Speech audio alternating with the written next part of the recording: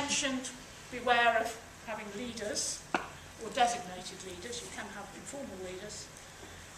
It's very important to build alliances, but it's also important to maintain a core group that builds up the feeling of solidarity of being in it together.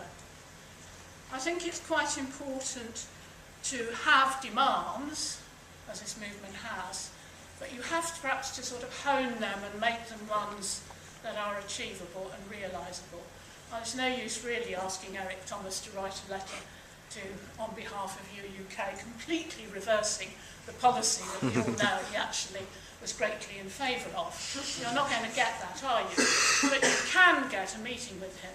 You can get open forums. You can continue to press for better representation of students at faculty boards, and indeed press for faculty boards not to be abolished, which I think is a very undemocratic thing.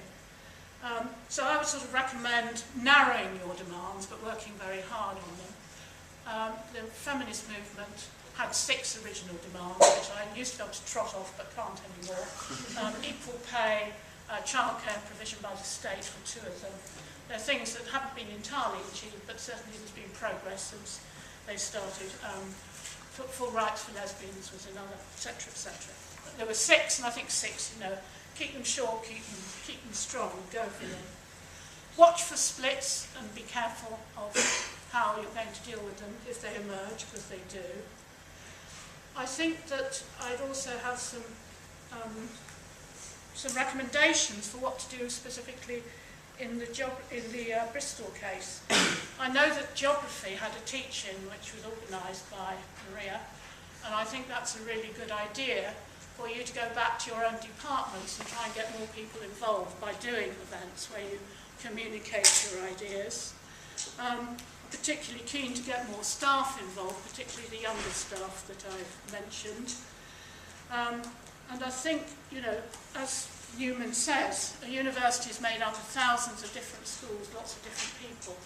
I do think there are bits of this university where the debate doesn't seem to have penetrated so much, and it's important to go out. How many people are here from engineering?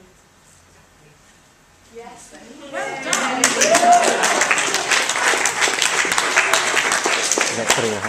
We need more engineers, so you know, there's work to be done getting the engineers on board.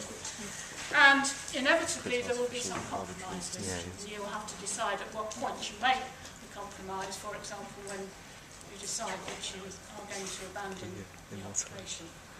Can't go on forever, one assumes. But if you have to compromise, don't despair, because if you think back historically, from small acorns, big oaks grow, and the trade union movement and the feminist movement are still in battles, both of them, particularly in this horrible political moment we're unfortunate enough to be living through. They both made fantastic achievements in achieving better rights for workers, in achieving better rights for women and more equality in our society. So I do believe this movement can work to change the situation we're in, but building alliances perhaps is a crucial thing for that. So, you know, there's everything to play for. Don't give up.